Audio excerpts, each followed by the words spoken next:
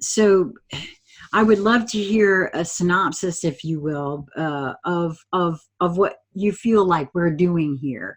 I know that you are very much in agreement. It feels as though, you know, we have an ascension process that's going on here.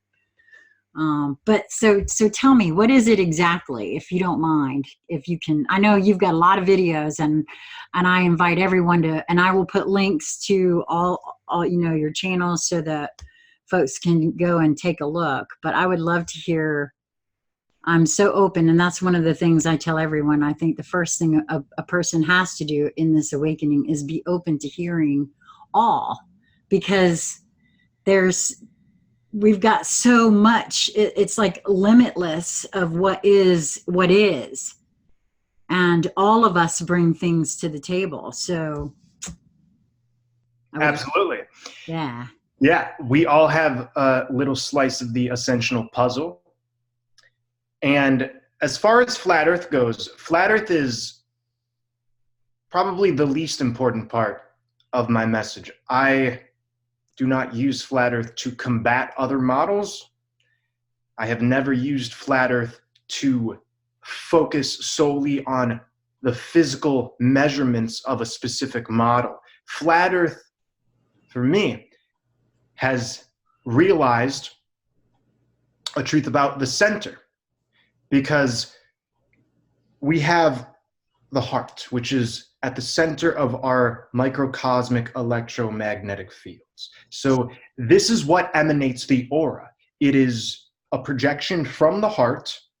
And so all other energy centers, whether it's the 7 layers of the aura, the 7 chakras, all of them are created and sustained through heart energy. Now, Flat Earth gives us a realization, if we allow ourselves to be open, that this is not just a small portion of the universe. The globe model tends to lead to a type of nihilism, because when we think we're but a speck in a vast universe, then how can we truly think this place is a center stage of sorts?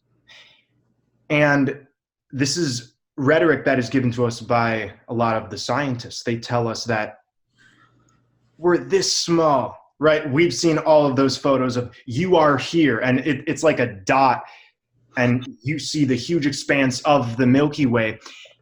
And this leads to nihilism, because if we don't know where we are, we cannot in full know who we are. So Flat Earth signifies that we are on a plane. Like, this is not just another sphere among a bunch of other ambiguous spheres that happened to cultivate life, and everything just evolved from a bunch of dust and molten lava, and then we had amoebas and et cetera, et cetera. Knowing that this is a plane gives us this knowing that, okay, this place is special. And it leads us to the fact that we are microcosms of the macrocosm, that this realm is a complete reflection of ourselves. So knowing that the heart sustains our microcosmic toroidal fields, we can then ask the question, what's the heart of the earth? And indeed, the earth is encased by a toroidal field. And at the center of the earth, what we would call the North Pole, it's the 0 point. That is where we have the aurora borealis, which is a primarily emerald green light, the same color signified for the heart chakra. Now, my message is simple, but at first glance it seems complex. But it is very simple, and I have many diagrams on my channel saying just this. Heart energy has been compressed by the toroidal field. If you look at the toroidal field, it compresses heart energy. And so the aurora borealis at the center is externalized heart energy that is acting as a placeholder for our inevitable return to the center. So what this means is that we are holographic projections. We are essentially shadow projections from the 0 point that have been stuck in time in order to undergo a collective purging process. To put in layman's terms, and people can do a Google search of a toroidal field. The center of the toroid is what sustains all of the energy around it. So the energy at the center cannot leave. It remains, and then it creates basically a hologram around it, but everything around it is being projected from that 0 point. So this is a literal truth. We have higher forms at the 0 point. Home is where the heart is, right? We have higher forms at the 0 point that are basically sleeping, and we have projected our consciousness into the toroidal wheel of time. And it's interesting, we call this process awakening. Why do we say that? And we also say the fall of man caused this situation. Fall of man, falling asleep. I say this is actually quite literal. That because we are multidimensional, because we are fragments of what we would call source consciousness that have descended into matter, you don't only exist here, you also exist over here and over there. So by definition, you have an upgraded form of yourself. And this form is reintegrated with the you that is looking at me and talking to me when our collective purging process is over. So Tor is an abbreviation for toroidal field. And we are literally in what Dante referred to as purgatory. There are 7 levels of purgatory. There are 7 chakras, 7 colors of the rainbow, which are created when a white light is shined through a prism, which sounds like a prison. So we have been imprisoned within a purgatorial construct within time in order to flesh out everything that duality offers. Duality is a very misunderstood term. When I say duality, a lot of people think man and woman, that's duality, that's polarity. A lot of people will think duality, like good and evil, is necessary and that contrast can't be abolished. But what duality is 2 opposing concepts that have unresolvable tension. So this is why in the quintessential Garden of Eden tale, The Fall of Man, it said we ate from the tree of the knowledge of good and evil. And that is what led us away from paradise. I must say, this is an allegory. This is an allegory. I'm not saying we literally ate from an apple. However, if we use this idea of an apple, you cut open an apple, it looks like a toroidal field. So good and evil is a battle that can really never be won, because good requires an opposing force and evil requires good to be sustained. This is why the Illuminati, as we call them, plaster in our faces imagery of checkerboards, the black and white schematic, the ones and zeros. This is a binary schematic that has manifested through our purging process. So I'll get back to this in a moment. Time itself is not an eternal construct. A lot of people think time is just how things are and reincarnation just happens.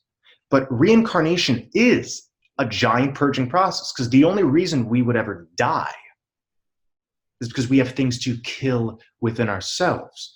So after making this collective decision to leave the center in our perception, project ourselves into time in order to experiment with this contrast of good versus evil, we have had to flesh out all different possibilities, kind of like a quantum equation, just being fleshed out, all possibilities. We've lived out many, many different lifetimes in order to get rid of all of these possibilities that duality offers. And one might ask, why would we do that? It's to refine ourselves. It's because through being immersed in time, we're able to literally project everything that we want to release on the magnetic field. And that's why magnetic has the word net in it, because it's literally a net. And if you look at any magnet, it has a positive and negative polarity. That's the good and the evil. So all of this, it's very simple, even though at first it sounds quite out there and heady.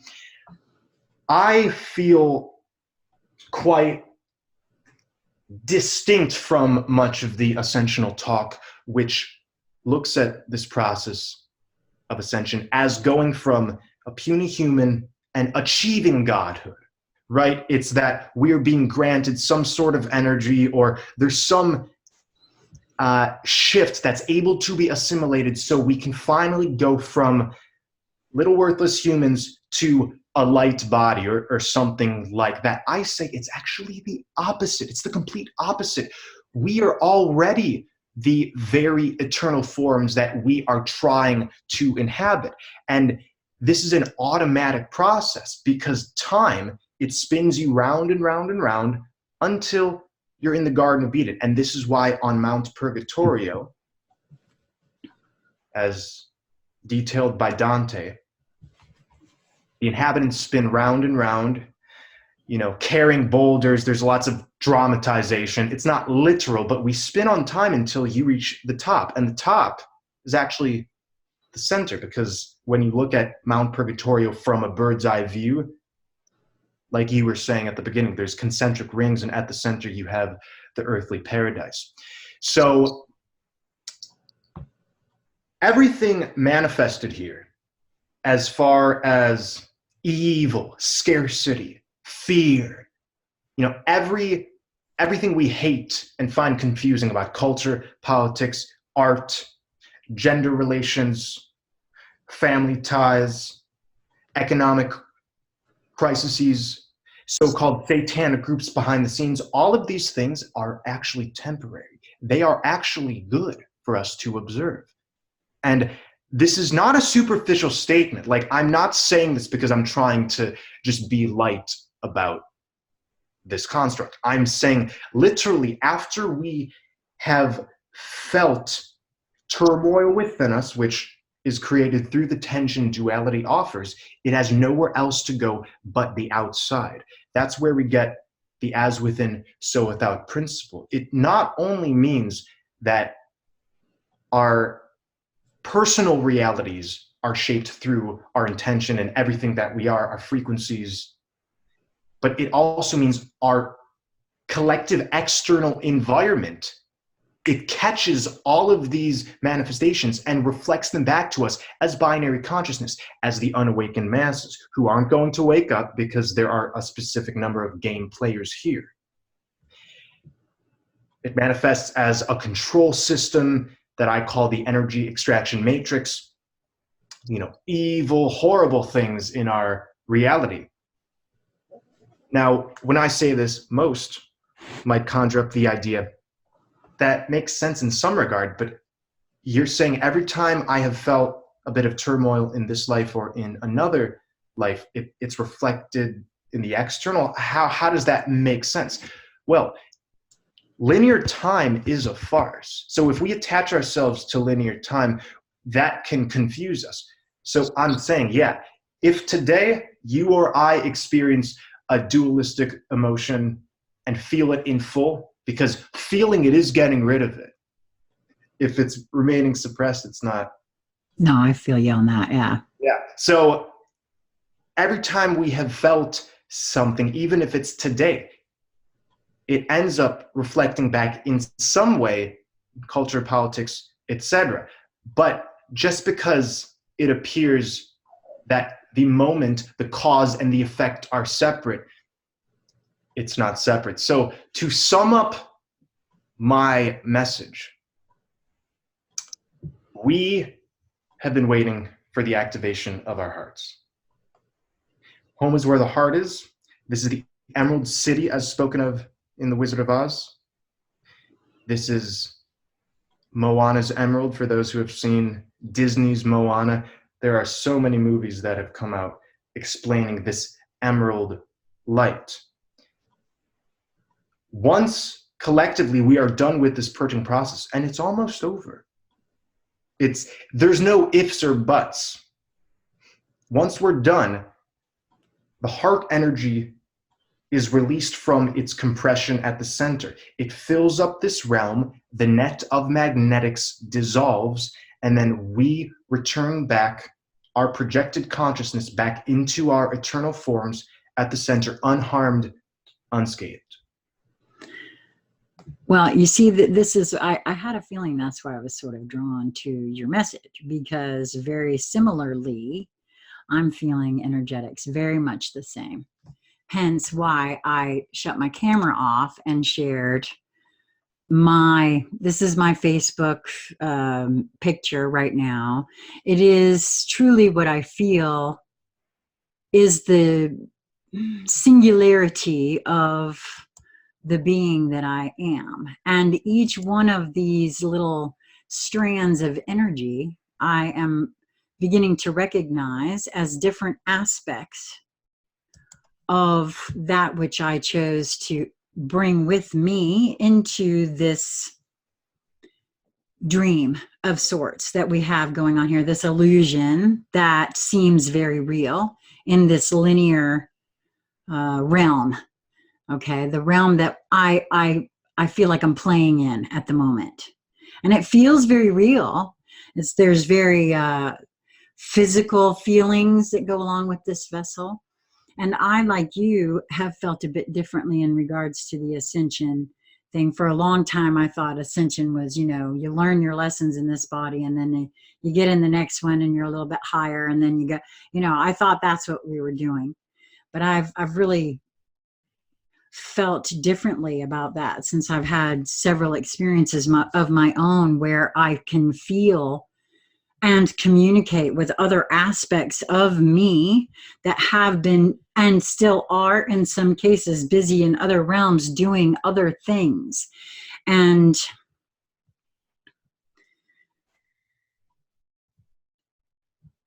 it's like very rarely and in different states of consciousness, my full focus and attention will go there and do things wherever there is. And I'm not fully conscious of that yet.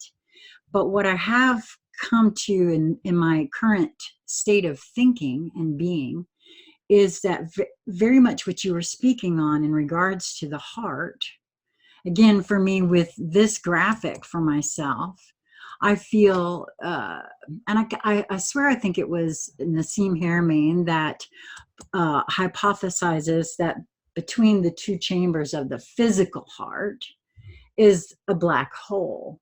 And immediately when I felt into that, I felt like that is so much of the metaphor of which you speak, of the Emerald City, of getting into the heart, why everyone says get out of the head and into the heart, because this is where the projection of all of me projects out from and creates. And I've been creating in this state, but unconsciously.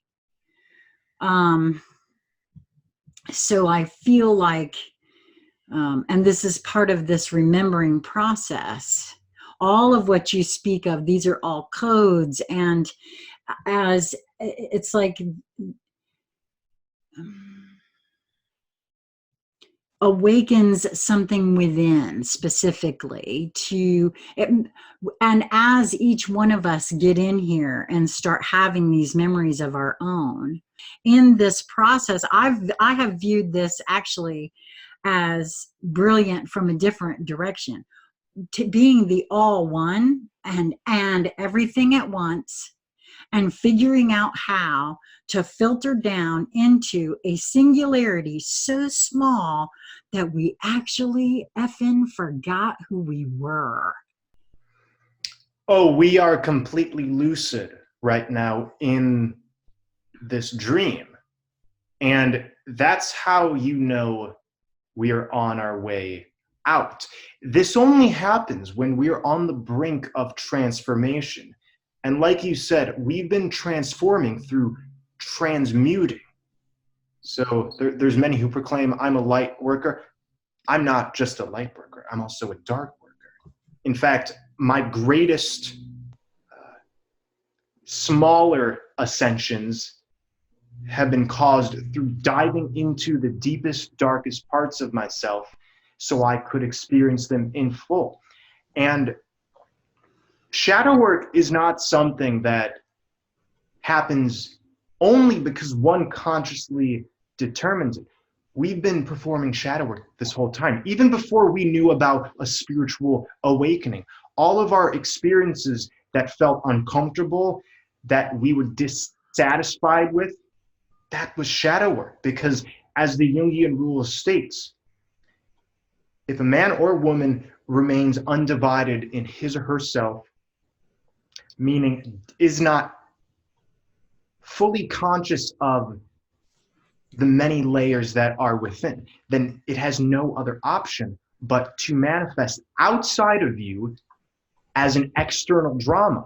So a lot of the traumas, in fact, all of the traumas, all of the familial events that were very loathsome, relationships that went sour, maybe violence that was inflicted upon us or we inflicted on others, all of that was us getting out these shadows, because in order to let them go, you have to feel them. And that's why I always say it's a wonderful thing that you are able to feel sad or angry or fearful or even hateful, because it's much better to let it come up to the surface, experience it in full, and then it has nowhere else to go. It's not going to come back down. So right now, the conscious and sub and unconscious mind are fusing. And I'm sure you've experienced this as well, how it's more and more difficult to suppress anything now. Like the gap between when we give into illusion and it makes us ill is closing more and more. And this is how you know we're breaking out of time. You mentioned a black hole.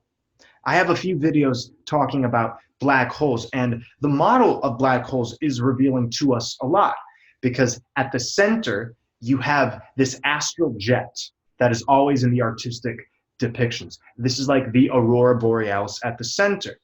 We have the event horizon, which is the point of no return. It's the point in which a dust particle or a planet or whatever they tell us gets inevitably pulled into what's called the singularity point. So it's very interesting that even though there are false concepts given to us by science, they still hold a lot of truth. Because like you said, this is the singularity. This is releasing the above and the below through merging it. You know, we don't release things because we ignore it or because we try and put on a persona of all is love and light and everything is going to be dandy. We are only granted that perspective once we have done the works. Now, we're told that a black hole and a white hole, when they come together, create a wormhole. And a wormhole is a rip in time and space. And we're told you can travel from one universe to another like in an instant. Like you don't have to travel the crazy distances they tell us. I say this is the conscious and the sub and unconscious fusing. And once that happens, once we get rid of duality, the black and white schematic, the checkerboard, we fuse both, then collectively we literally jump out of here and go there. It's called Earth because the heart has been rearranged. That's why Earth is an anagram for heart. So it's all a very interesting process. And you know that purging is helping to expand us because we have released these parts of what we could call the universal mind or the unified field. Because like you said, I'm a part of you, you're a part of me. We are alone, but we're also all one. And that is the tasty paradox. Obviously, we came here as a choice in order to get rid of these parts of ourselves so we can further expand. So it's not like we're only returning back to these forms that are sleeping. It's that we're bringing back lots of gifts, lots of wisdom, and I truly know contraction actually isn't possible. If we are stuck in time, seemingly in a contractive state, I say we're doing this for a sacrifice, because wisdom requires sacrifice. And that's absolutely what the snake in the Garden of Eden represents. Everything that we see as evil or bad or cruel, it isn't that. Like, it isn't that. And that judgment takes you away from a wholesome perspective. Because as long as we have this invisible enemy, even if it seems justified, like there's a lot of truthers and even ascensioners who will state the Illuminati is doing this and we have to arrest the bad guys. That's a funny part of the ascensional community, where they think we're just going to slowly transform this place. But if we can look at this place as like a dumping ground, like it's like a garbage dump for everything we aren't, and we wade around in the muck looking at everything that isn't love, and we get frustrated, and that frustration cultivates expansion, and it has. How many times have all of us been crying, felt traumatized, maybe gave into addiction, or just felt sad because nobody gets me, this isn't where I want to be? You know, if it was up to me, I wouldn't create a government that would do this to people. I didn't invent money, but I'm chained to it, so I don't know how to process this in my mind. But now we know. So I really urge everybody I always talk to, or anybody listening, to think of the perspective that all is one, but there's an evil force here. I'm like a broken record. I say this all the time, because you can't have both. You can't serve two masters. You cannot say we are unified and we are ascending, but also maintain, look what the evil ones are doing. So this is why nothing is as it seems. When you zero in on a lot of parts of this matrix, of this dream, so many things can seem justified. So the devil's in the details. I agree. That's, you know, really, for me, it's sort of in the last month that this real truth and realization of what you speak here in regards to, I mean, intellectually, I had it that we were all one and yet singular, but I still was holding a lot of, you know, in one way, it could be viewed as a victim sort of consciousness in regards to the ubiquitous they that are doing this to us, you know, the government, the law enforcement, all of the they that, you know, we rail against, the Illuminati, as you say. But it seems to me that over the last month or so for myself, there's been through some of this purging of which you speak, and some direct feeling into some of the actual, what I would call dreamlike and yet lucid experiences that I've had, that one might term as woo-woo. Okay. And seeing them, feeling them through a new consciousness, sort of. All of a sudden, I actually grokked the whole thing about the reality of being all one and yet singular, and what that really truly means, and why I said the fact of going from this omnipotent all that is, and I mean everything, look around, wherever your eyes touch or wherever you can feel, that is you too. And to know that for lack of a better word, we figured out how to parcel ourselves out into these teensy-beensy packages, so small that we think that's all that I am is this eensy beensy thing that has no power whatsoever and only lives this short, finite life. That's a feat all in its own. So if you take that in for a second, but then go to the most expansive part, it is all love, including all that evil, because like you said, that tensional that creates the experiences here wouldn't be there if we hadn't figured out how to do that. So I have viewed this awakening as because I've heard what little bit I have watched of your videos, I hear you saying about going back, and I've heard others about going home and going out as far as we can and then returning to source. And you also said something just a moment ago that tweaked again for me, is that we are ever expanding. There really isn't, I don't see any kind of contraction. It feels to us in this moment of now, as we are waking up, that we've been contracted because we figured out how to do this, slow it all down to have this linear, human, ultra feeling experience, because we feel everything so much. I mean, to the point where people try to escape, right?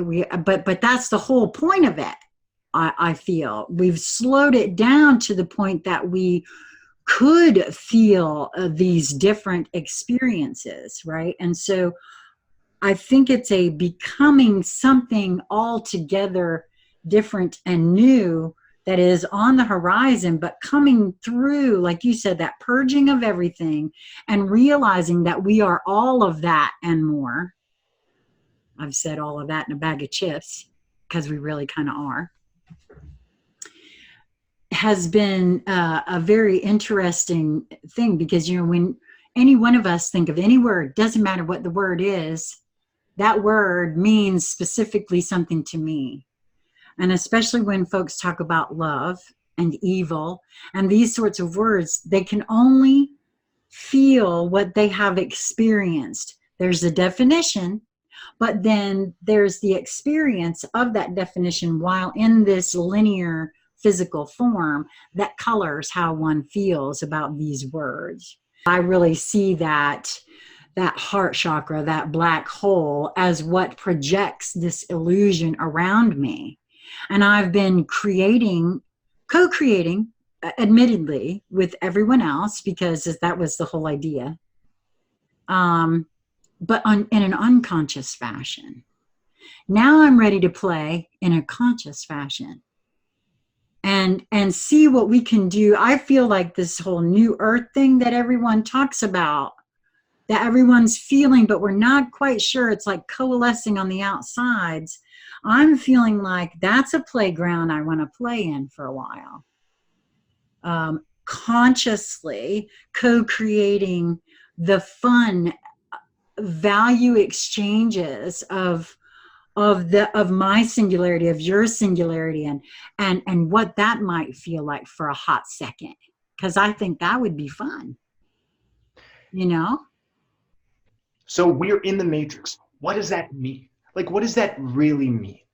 Are we just here and we're imprisoned by some other force?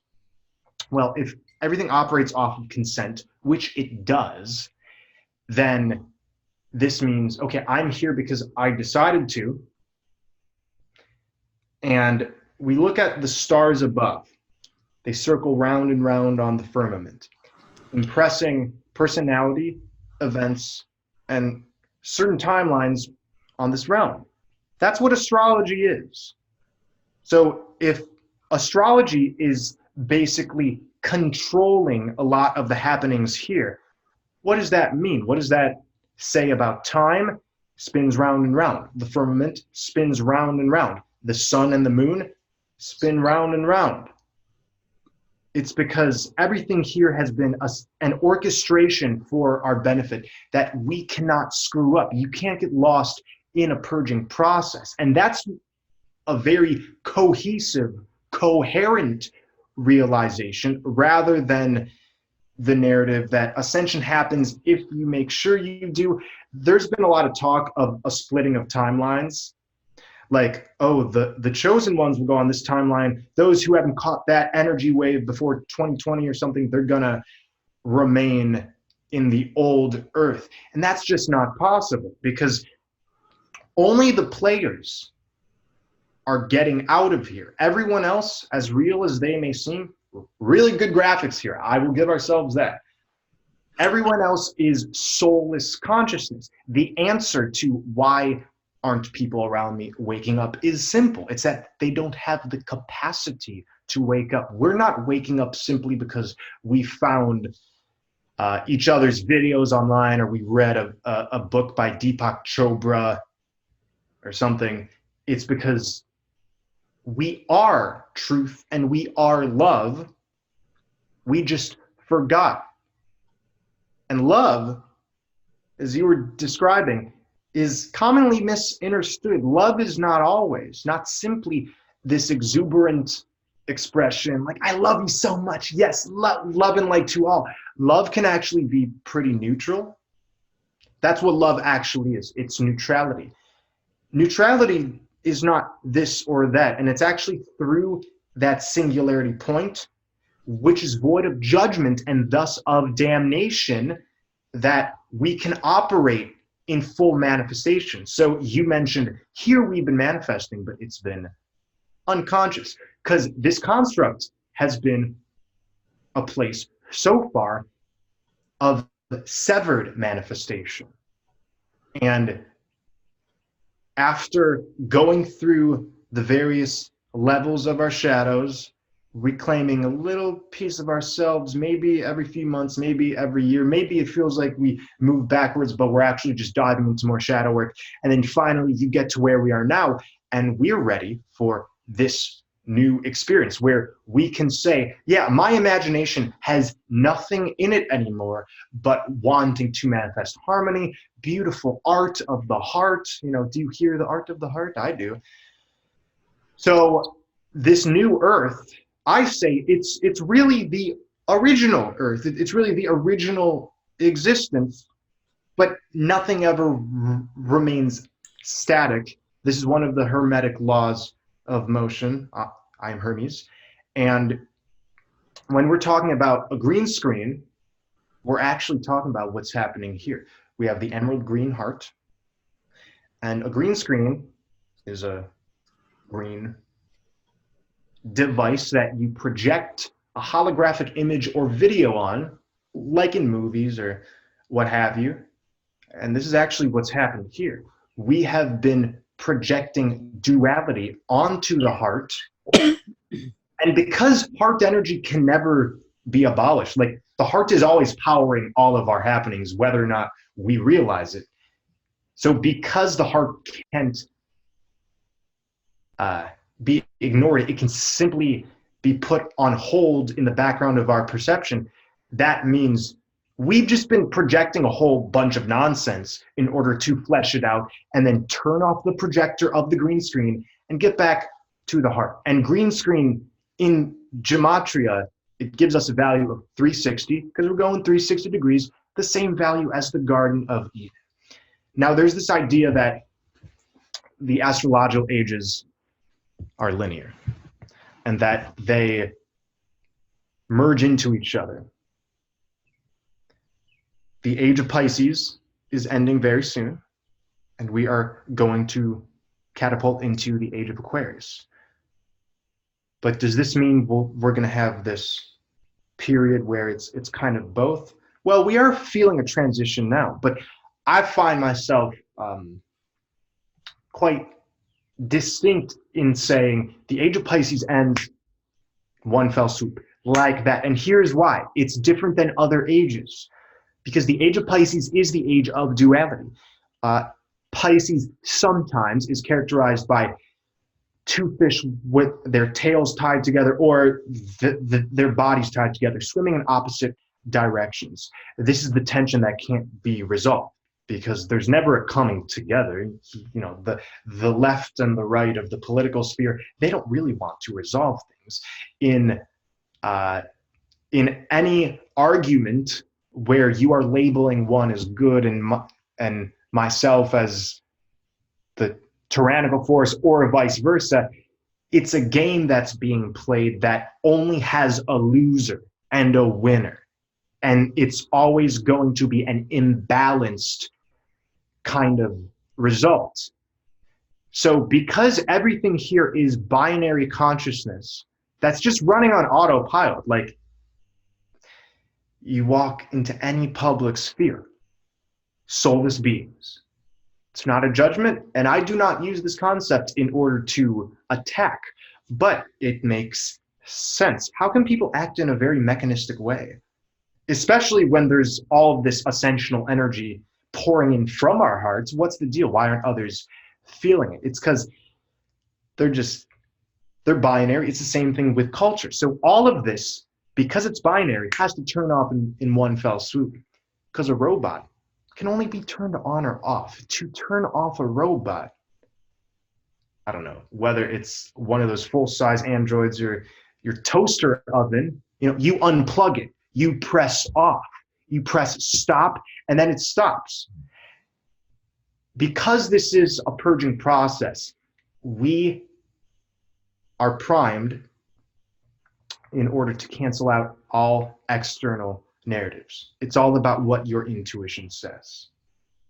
And you said this earlier, how regardless of what those around us, the authorities, the higher ups are saying, it's not resonating. And if it ain't resonating, then it's not the truth. Point blank. I don't care whatever files you have to show me or whatever mathematical proofs or whatever attacks. It's like we are realizing who we are through seeing what we aren't.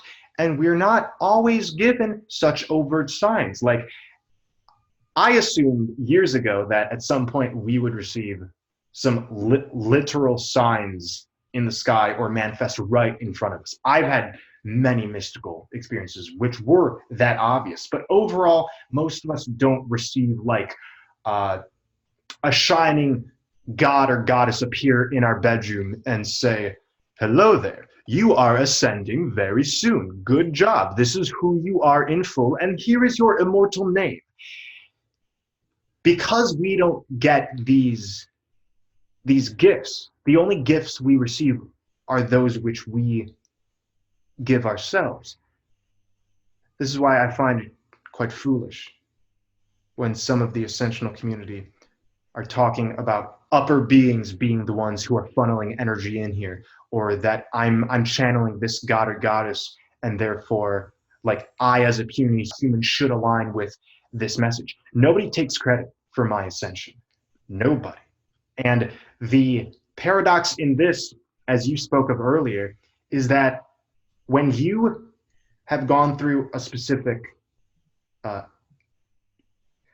awakened realization, because we're all connected by this collective thread, we're a collective consciousness, not a hive mind. There's a difference. That means everything that has catapulted you into awakening, that has actually funneled into my sphere, and vice versa. So even though right now this is the first time we're having a conversation, your process has been my process, mine has been yours. Very much so.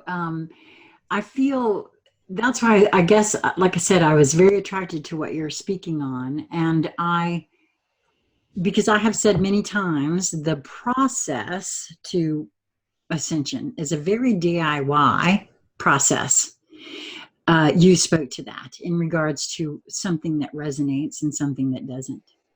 And that in the 0 point, love is neutral, right? It's all very, and as such, judgment free, right? So there are lots of things that different ones of us feel and resonate with that I don't have to. Case in point, in regards to your mentioning soulless beings. I have heard this before, and I have felt into it for myself. And I'm not quite sure, at least at this point in my puzzle piece collecting, I'm not quite there where I'm willing to go that route. I I personally haven't resonated with that specifically. I view every being that I come in contact with as another portion of me on some level. And because the all that is all that is, I feel like there are some who chose to play that part, maybe which you speak of as a quote unquote soulless being, or who decided in this particular moment of now not to participate in this portion of my own awakening if those beings are interacting with me. But I'm not saying that it's not so or that it is so. I can only, and honestly, it is a good question because every one of us have had folks in our lives that were like, can't they see? I mean, we all have folks that we wish could see what we see or feel what we feel. And it begs the question, what the hell is going on over up in there? Exactly. And as living souls, the last thing we want to do is disempower anybody or anything. And that's why every time I speak of this on my channel or in my live streams, I make it very clear.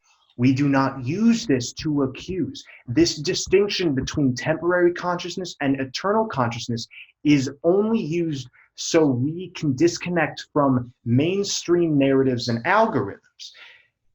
Let me put it to you this way. I think you might appreciate this. When we're in a dream at night, the environments and the people are all manifested through our unresolved inner that is playing out in a dream. That's what dream time is for at night. That which we haven't solved during the day, it ends up projecting outside of us. So sometimes it's fun, sometimes it's scary or disheartening. But when you wake up, the environments and even the characters in those dreams, they're nowhere to be found. So in a dream, your inner tension, turmoil, excitement, all of the polarity, the ones and zeros of your own consciousness, it manifests as people you can interact with. And unless we become lucid in the dream, we'll just accept that they are the same thing that we are, and there's really no separation. So you mentioned, this concept may feel as if I'm separating myself from others because I always see others as a part of myself. And this is indeed what soulless consciousness is. It's not just another force that's here. Because we are a collective, the game players are separated in this game because this is your purging process, this is my purging process. There's not a whole lot of us getting together in festivals and that kind of thing. It's because we require some filler, some non-player characters around us in order to help reflect to us parts of ourselves that we're releasing, or simply to give us experiences. This is not just a process of pain, it's also of pleasure. It's been both. And so the non-player characters of the Matrix have led us to where we are now, whether it's some people in our family, our friends, our coworkers, our neighbors, our teachers. And ultimately, these are expressions of the heart trying to resolve ourselves. Because remember, if we don't resolve ourselves, then it must play out outside of us. And it's not only going to play outside as current events and conflicts with others, but the other is going to be a manifestation of something that's unresolved. So the dream at night is very much like the waking dream. However, this waking dream is bound by time within matter. So this matter only matters when you're in matter. What's the matter? What's the matter? So knowing that we're in time, it means, yeah, even if beings may seem as if they've always existed, that they had a birth, they can show you photos. I say, if right now there are those who are totally unaligned with any awakening. It's foreign to them. There is not a process of transformation and thus transmutation they've gone through. I say it is because they are these extensions of our minds that are being released on the magnetic field. I always use this allegory. Jumanji: Welcome to the Jungle is a movie that came out quite recently. The whole goal of the game is to replace the emerald eye of the jaguar. Now, in the movie, there are beings who get sucked into a virtual reality gained through an emerald light,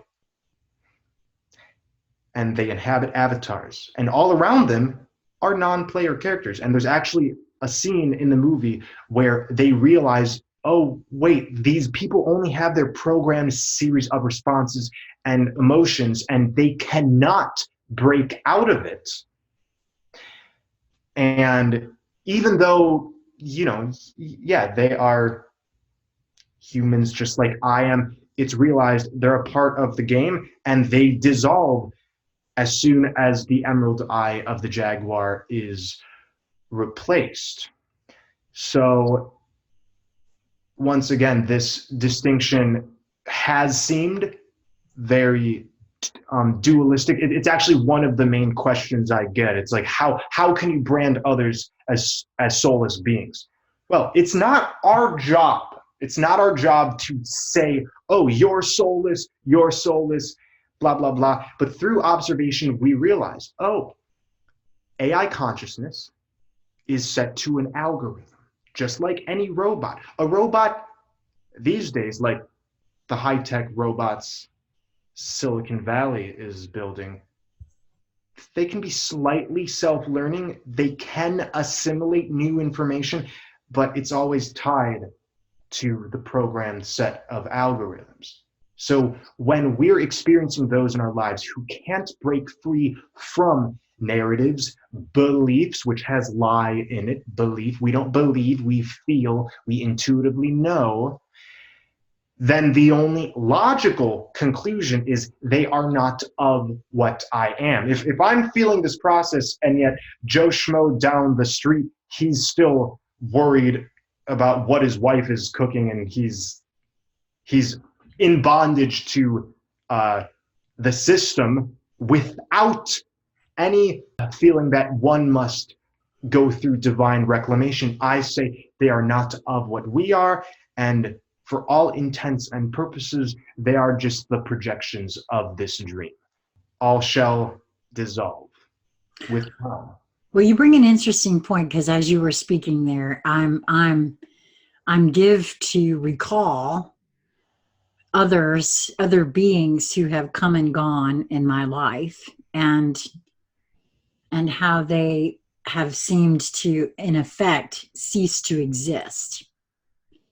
And how, for all intents and purposes, I would have seemed to cease to exist in their reality as well.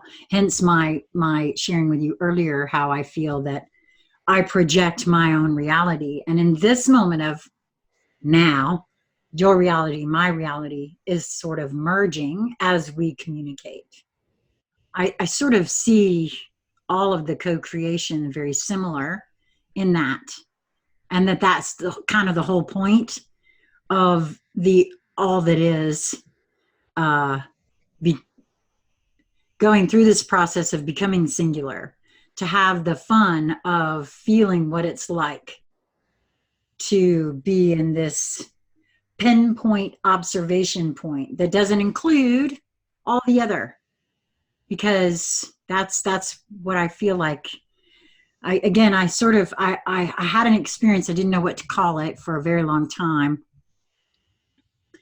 And I now know that it's considered a monad. Okay. And so experiencing myself as several aspects and another larger aspect all at once, creation and destruction all at the same time. Okay. And the huge mind-blowing, dizzying thought of what that was, that experience. And so seeing that, we parsed ourselves down into this little linear, teeny weeny packaging really what amounts to dynamite in these little physical vessels, and now coming to that transmutation process that you speak of through the heart, through that human heart, and projecting out this way. And this has really been very fun, and towards the end here, very dizzying for me. Sometimes when I'm receiving codes and transmitting codes, I start getting really dizzy. And so this has really been fun. I hope you've enjoyed it as well, coming and having this conversation with me. I've super enjoyed it. Oh, Absolutely. awesome. One of the things that I've come to know about myself is that I'm to absorb information and do some transmuting on camera, because there are loads of folks that are in the processes and in varying stages of it, of the awakening process. And they are seeking, and they are alone. As you said, we're all kind of spread out. And I feel like there's a reason for that too. And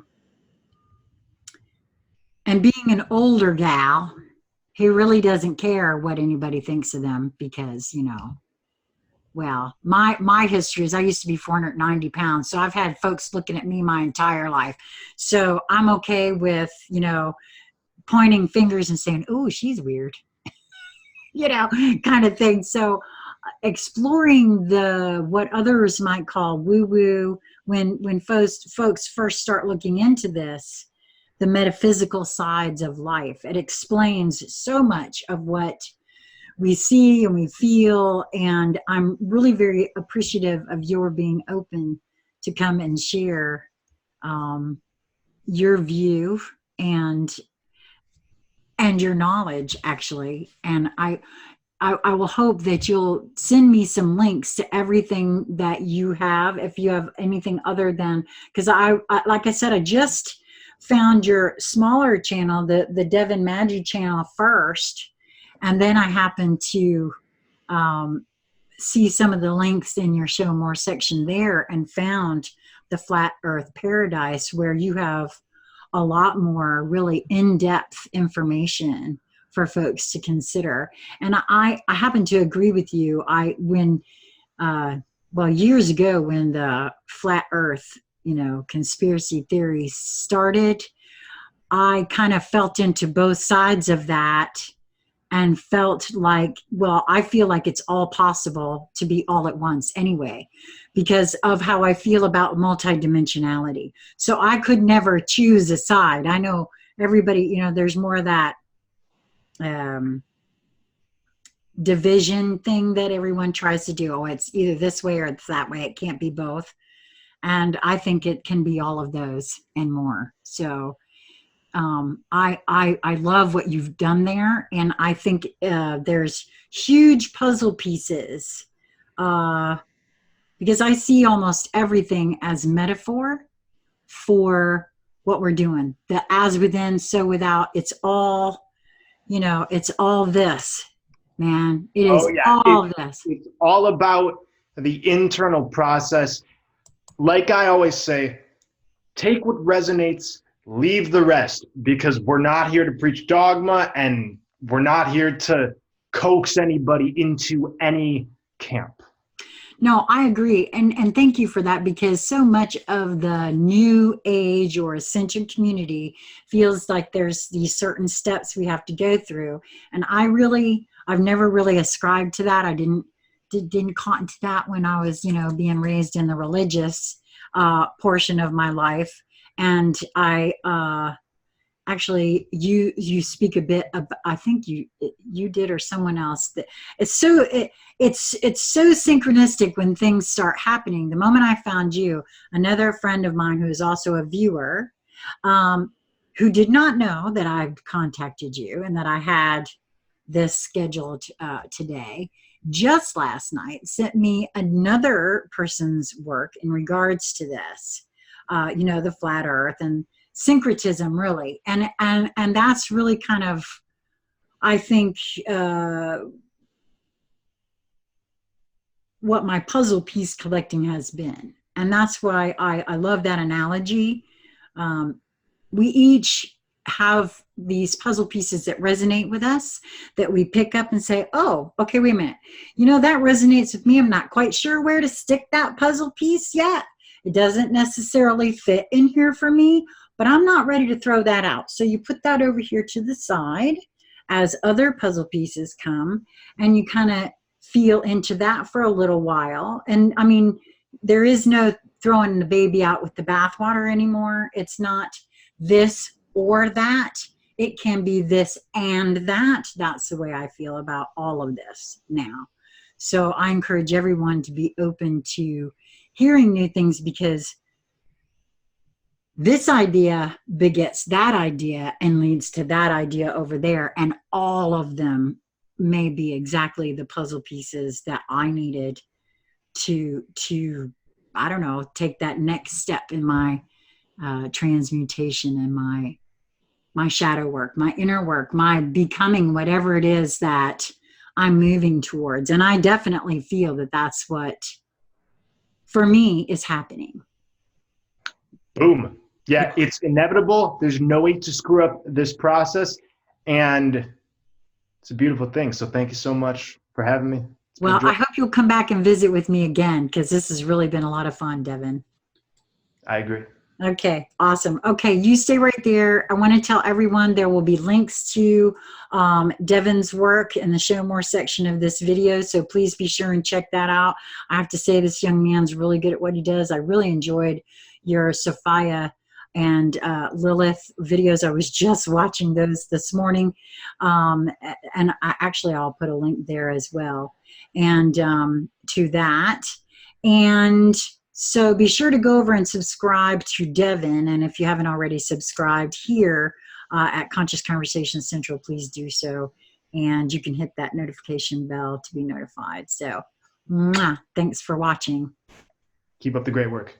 Thank you.